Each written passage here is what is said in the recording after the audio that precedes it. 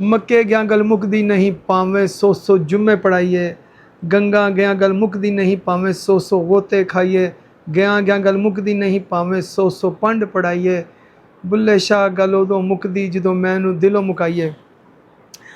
معاملہ کچھ یوں ہے کہ آج کل آپ نے دیکھا ہے کہ بہت زیادہ یہ معذرت کے ساتھ میں اس کو ٹرینڈ ہی کہوں گا ان لوگوں کے لیے جو اس میں شامل ہیں کہ جن کے پاس تو پیسہ ہے نا، اب معذرت کے ساتھ یہ پتہ نہیں ہوتا کہ یہ حرام کا ہے یا حلال کا ہے۔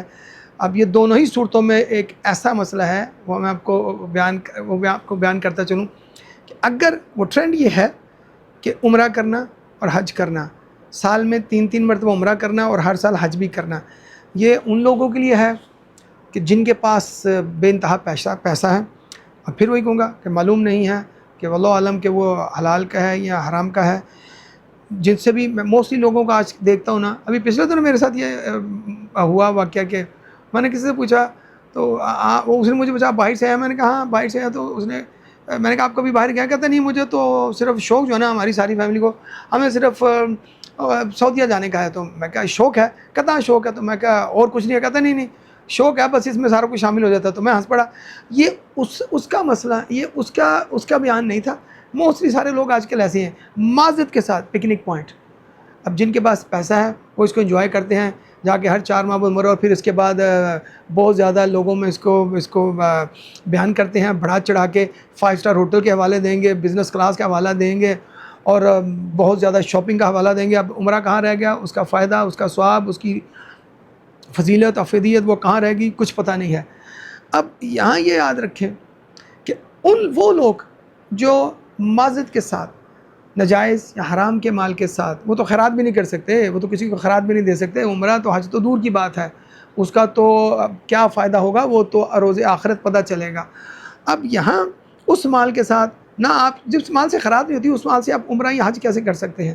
اور اسی طرح ان لوگوں کے لیے جن لوگوں کے پاس پیسہ ہے اور وہ چاہے رزق حلال کا ہے، دیکھیں یہ جو ایسے لوگ جو ہر 4 ماہ بعد کرتے ہیں جائز اور ناجائز مال کے ساتھ عمرے اور حج ہر سال کرتے ہیں، ان کے لیے ایک گزارش ہے خدا را، اسپیشلی حلال کے مال والوں سے بات کر رہا ہوں کہ اور حرام والوں کو تو میں معذرت کے ساتھ بار بار کہتا ہوں کہ میری ان کو تو پہلے نصیحت یہی ہے کہ خدا را اپنے حلال کی کمائی کمانا چھوڑیے، رزق حلال کی طرف آئیے، دیکھیے کیسی برکت ہوتی ہے۔ اب یہاں جو ہے ان لوگوں کے لیے جو رزق حلال کماتے ہیں اور وہ اس کے ساتھ صرف کمانے کا مقصد یہی ہوتا ہے کہ بس عمرہ حج کرتے جائیں، اور اس کے علاوہ اور کوئی کام نہیں ہے۔ اللہ والا جب اللہ آپ کو دیتا ہے نا، وہ اس لیے نہیں دیتا کہ وہ آپ پر مہربان ہے، وہ اس لیے دیتا ہے کہ آپ کو اس نے آزمائش میں ڈال دیا ہے۔ اب جس کو نہیں دیتا اس کے لیے تو خوشخبری یہ ہے کہ جس کو جتنا دے گا اس سے اتنا حساب لے گا۔ اب جس کے پاس جتنا مال زیادہ آ رہا ہے اور اس کو اتنا ہی حساب دینا پڑے گا، اور جس کے پاس جتنا تھوڑا مال ہے، سفید پوش غربا جو اپنے تھوڑے رزق حلال میں تنخواہ میں یا چھوٹے سے کاروبار میں رزق حلال کر کے کماتے ہیں، الحمدللہ ان سے اتنے کے ہی بارے میں پوچھا جائے گا۔ اور یہ جو پھر لوگ کہتے ہیں جی اللہ مہمان بناتا ہے، جی ہمیں اللہ تو ہم پر مہربان ہے، اس کا کرم ہے، اس کا بڑا فضل ہے جی۔ اب یہ معذرت کے حرام والے بھی اور حلال والے دونوں یہ کہہ رہے ہیں کہ جی ہمارے پر تو اللہ مہربان ہے، ہم تو یہ جو ہے یہ تو اس کا مہمان بنانا ہوتا ہے، ہم تو مہمان بنتے ہیں اس کے مالک کے جا کے، تو اللہ علیہ ایسے کوئی مہمان نہیں ہے۔ یہ سب اپنے آپ کی باتیں بنائی اپنے آپ کو مطمئن کرنے کے لیے۔ یہاں یہ مسئلہ یاد رکھیں کہ اللہ، آپ مجھے بتائیں کہ کبھی بھی معاذ اللہ حرام کے مال والے کو مہمان بنائے گا؟ نہیں۔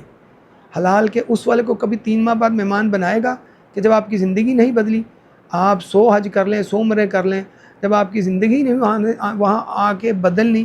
اب حج کے بارے میں آپ کو پتہ ایسے ہی کہا گیا کہ جب انسان حج کرتا ہے تو وہ ایسے بن جاتا ہے اس کو کہ جیسے وہ ماں کے پیٹ سے بھی جنا گیا ہے، پیدا کیا گیا ہے۔ اللہ اکبر۔ اب یہاں 100 حج کر کے بھی، 100 عمرے کر کے بھی آپ وہیں کے وہیں، بلکہ معذرت کے اس سے زیادہ آپ میں لالچ اور حوث اور حرص پیدا ہو جاتی ہے، اور پھر آپ میدان میں اتر پڑتے ہیں کہ اور سے اور کماؤ اور سے اور معذرت کے ساتھ ظلم زیادتیاں کرو۔ یہ مہمان نہیں ہوتے کہ ایسی کمائی کے ساتھ جس میں آپ نے صرف عمرہ اور حج ہی کرنا ہے اور اپنے عزیز و کار رشتہ داروں کا، غربا کا، مساکین کا خیال نہیں رکھنا۔ اصل میں تو وہ حج ہے آپ لوگوں کے لیے۔ اللہ والوں اگر حج اگر اس نے مہمان بنانا نا کسی کو اپنا، تو وہ ایک حج اور ایک عمرے سے بنا دے گا۔ اور اسی کو اس کی زندگی اس طرح بنا دے گا، بدل دے گا جس طرح میں نے وہ بتایا آپ کو کہ حدیث مبارکہ کریم صلی اللہ علیہ وسلم کی، کہ آپ اس بات کو یاد رکھیں کہ مہمان ایسے نہیں بنتے، مہمان ویسے بنتے ہیں کہ اگر ایک عمرہ اور ایک حج رزق حلال سے کر لیا، اس کے بعد وہاں سے آنے کے بعد زندگی ایسی بدل گئی کہ اللہ اکبر، آپ کے وارے نیارے ہو جائیں گے دنیا اور آخرت میں۔ اب یہ ہرگز نہیں ہے کہ مطلب آپ عمرے کرتے جا رہے ہیں، آپ حج کرتے جا رہے ہیں۔ یہاں میں آپ کو معذرت بلے شاہ کا ایک اور کلام کا کچھ اشعار سناتا ہوں، اس میں وہ کہتے ہیں کہ حرام بھی پیتی جاندے ہو، نمازاں بھی نیتی جاندے ہو، حج بھی کیتی جاندے ہو، تے لو بھی پیتی جاندے ہو، دسو بلے نو سارے کی بھی کیتے جاندے ہو، اللہ اکبر۔ اب دیکھیں اب کئی لوگ نہیں مانتے بابا بلے شاہ کو، جو نہیں مانتے وہ تو کسی کو بھی نہیں مانتے، وہ تو صرف اپنے آپ ہی مگن ہیں، اپنے آپ ہی مست ہیں، وہ تو اپنے آپ کو ہی ثابت کریں گے کہ وہ سب کچھ ہے، باقی اور کچھ نہیں ہے معاذ اللہ۔ اب یہاں ایک اور حدیث مبارکہ کے خیر الناس من ینفع الناس، بہترین انسان وہ ہے جس کا وجود دوسروں کے لیے فائدہ مند ہو۔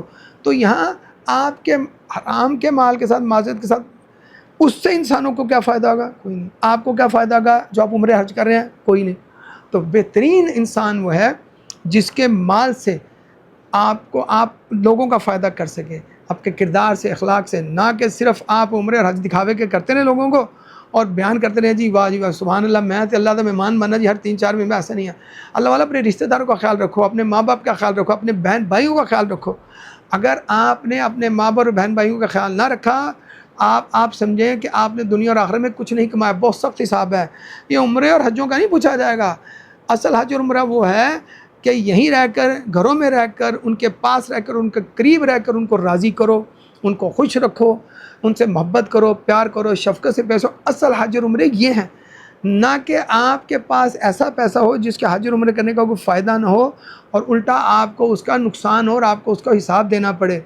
تو امید ہے کہ یہ جو میرا آج مختصر سا بیان ہے، اس کو، اور اس سے میں کسی کی دل آزاری نہیں کرنا چاہتا، میں کسی کو، میں بار بار وہ کہتا ہوں کہ میں کسی پر تنقید نہیں کرتا، لیکن میں صرف لوگوں کی آنکھیں کھولنا چاہتا ہوں کہ اگر آپ کے پاس رزق حلال ہے تو آپ اس کے ساتھ ایک عمرہ کیجئے، ایک حج کیجئے، الحمدللہ۔ ہاں اگر آپ نے اللہ کو رزق حلال اور دیا ہے آپ جائیے، لیکن آپ عمرہ اور حج چاہے سال میں 2 مرتبہ کیجئے، حج آپ چاہے 1 مرتبہ کیجئے، 5 مرتبہ کیجئے، ہر سال کرتے رہیے، لیکن بار بار کہتا ہوں کہ اپنے لوگوں کا پہلے خیال رکھیں۔ حقوق العباد، حقوق اللہ کے جو معاملات ہیں وہ حقوق العباد کے ساتھ ایسے ہیں جیسے آپ کے جسم اور روح کا معاملہ ہے۔ اللہ والو یہ خیال رکھو، اس طرف کی کمائی کرو، وہ حج اور عمرے مالک مولا خود آپ کے کھاتے میں لکھتا رہے گا، اور یہ حج اور عمرے ہی ہیں کہ آپ اپنے ماں باپ، بہن بھائی، رشتہ دار، عزیز و اقارب، مساکین و غربا اور سفید پوش لوگوں کا خیال رکھیں، اس کا زیادہ فائدہ ہے۔